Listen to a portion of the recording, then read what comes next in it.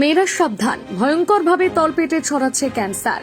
কেন এত ভয়ঙ্কর এই রোগ, ঠিক কি কারণে হয় এই মারণ ব্যাধি, বুঝবেনই বা কিভাবে আপনি তলপেটের ক্যান্সারে আক্রান্ত? জানতে হলে দেখুন বিস্তারিত। মেয়েদের জন্য দুঃসংবাদ, হঠাৎ করে মেয়েদের তলপেটে ক্যান্সার থাবা বসাতে শুরু করেছে। আর এই ক্যান্সারে আক্রান্ত হয়ে দিনের পর দিন মৃত্যুর সঙ্গে পাঞ্জা লড়ছে মা বোনেরা। আর জানেন, গবেষণায় দেখা যাচ্ছে ভারতীয় মহিলারাই এই রোগের সবচেয়ে বেশি আক্রান্ত। আপনাদের জানিয়ে রাখি, বিশ্বের প্রতি 2 মিনিট অন্তর একজন নারী এই ক্যান্সারে আক্রান্ত হয়ে মৃত্যুর মুখে ঢলে পড়ছেন। এমনকি সমীক্ষায় দেখা গেছে প্রতি বছর 50 লক্ষ নারী নতুন করে মারণ ব্যাধিতে আক্রান্ত হয়ে থাকেন। আপনিও যদি এই ক্যান্সারে আক্রান্ত হন, বাড়তে পারে মৃত্যু ঝুঁকি। তার কারণ বেশিরভাগ মহিলারই এই ক্যান্সার সম্পর্কে অবগত নন। এমনকি কেউ কেউ জানলে লোকলজ্জার ভয় সেই বিষয়টি খুলে বলতে পারেন না। তাই লোকলজ্জার ভুলে আগে বিষয় সম্পর্কে জেনে নিন এই রোগের কারণগুলো কি কি এবং লক্ষণগুলোর সম্বন্ধে অবগত হন। সবার আগে জেনে নিয়ে এই তলপেটে ক্যান্সার আসলে কি। ক্যান্সার বিভিন্ন রকমের হয়ে থাকে, তার মধ্যে অন্যতম হচ্ছে এটি একটি।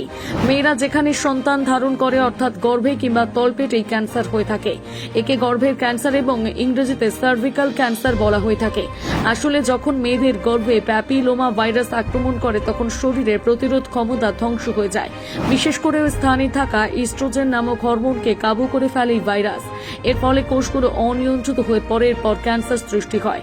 এবারে জেনে নিন এই ক্যান্সার কেন হয়। এক অস্বাভাবিক মেলামেশা।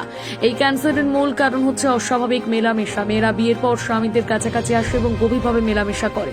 গবেষকদের মতে যে কোনো মেয়ের শারীরিকভাবে মেলামেশা করার নির্দিষ্ট সীমা থাকে, তবে সেই সীমা লঙ্ঘন করে যদি ঘন ঘন মেলামেশা করে, তাদের হরমোন মারাত্মক ক্ষতিগ্রস্ত হয়। বিশেষ করে উল্লেখিত প্যাপিলোমা ভাইরাস মেয়েদের লজ্জাস্থান থেকে ক্ষতবিক্ষত করে ফেলে, ফলত সেখানে ধীরে ধীরে ক্যান্সার সৃষ্টি হয়। দুই অনেকের সঙ্গে সম্পর্ক। মেয়েরা মনে রাখবেন, অনেকের সাথে গভীরভাবে সম্পর্কে জড়িয়ে পড়া কিন্তু এই ক্যান্সারের অন্যতম কারণ। আপনাদের জানিয়ে রাখি, এক একজনের শরীরে এক এক রকমের ভাইরাস বহন করে। অনেকের সাথে মেলামেশার ফলে সেই ভাইরাসগুলো মেয়েদের শরীরে প্রবেশ করে। একই সঙ্গে একটি শরীর এই ভাইরাসগুলো প্রতিরোধ করতে পারে না, যার ফলে সৃষ্টি হয় এই মারণ রোগ। 3 পিছিয়ে পড়া মহিলা। এখনো অনেক মহিলারা রয়েছেন যারা আর্থ সামাজিকভাবে অনেকটাই পিছিয়ে। এর ফলে তারা ঋতুস্রাব বিষয়টিকে খুব একটা গুরুত্ব দেন না। এই সময় যে জিনিস ব্যবহার করা উচিত, সে জিনিস ব্যবহার না করে কাপড়ের ব্যবহার করে থাকেন। গবেষকদের মতে দীর্ঘদিন ধরে ওই একই কাপড় ব্যবহার করার ফলে পরিষ্কার পরিচ্ছন্নতার অভাব দেখা দেয়। এমনকি ওই সমস্ত কাপড়ে বিভিন্ন ধরনের ব্যাকটেরিয়ার সৃষ্টি হয়, যা মেয়েদের লজ্জাস্থানের জন্য অত্যন্ত ক্ষতিকর। যার অল্প বয়সে বিয়ে। আমাদের দেশে এখনো অনেক অল্প বয়সে বিয়ে করে ফেলেন। বলা যায় পরিণত হওয়ার আগে বিয়ে করেন। এমনকি পরিণত হওয়ার আগে তারা স্বামীর সাথে গভীরভাবে মেলামেশা শুরু করেন। চিকিৎসা বিজ্ঞানীদের মতে যে কোনো মেয়ের বিয়ের পাশাপাশি পুরুষের সঙ্গে মেলামেশার এক নির্দিষ্ট বয়স রয়েছে। সেই নির্দিষ্ট বয়সের আগে যদি তারা মেলামেশা করতে পারে, তার শরীরের ওপর খারাপ প্রভাব ফেলে। কম বয়সে মেলামেশা, বাচ্চা হওয়া, এই পুরো চক্রাকারটি মেয়েদের জীবনে ক্যান্সারের কারণ হয়ে ওঠে। এছাড়া অস্বাস্থ্যকর খাবার, এমনকি ধূমপান এই রোগের কারণ হয়ে উঠতে পারে। এই রোগ হলে বুঝবেন কি করে? এই রোগ হলে আপনার ঋতুস্রাবের অনিয়ম শুরু হবে। 2 প্রস্রাব করার সময় তলপেটে ব্যথা দেখা দেবে। 3 মেয়েদের শরীর থেকে বিশেষ একটি উপাদান নির্গত হয়।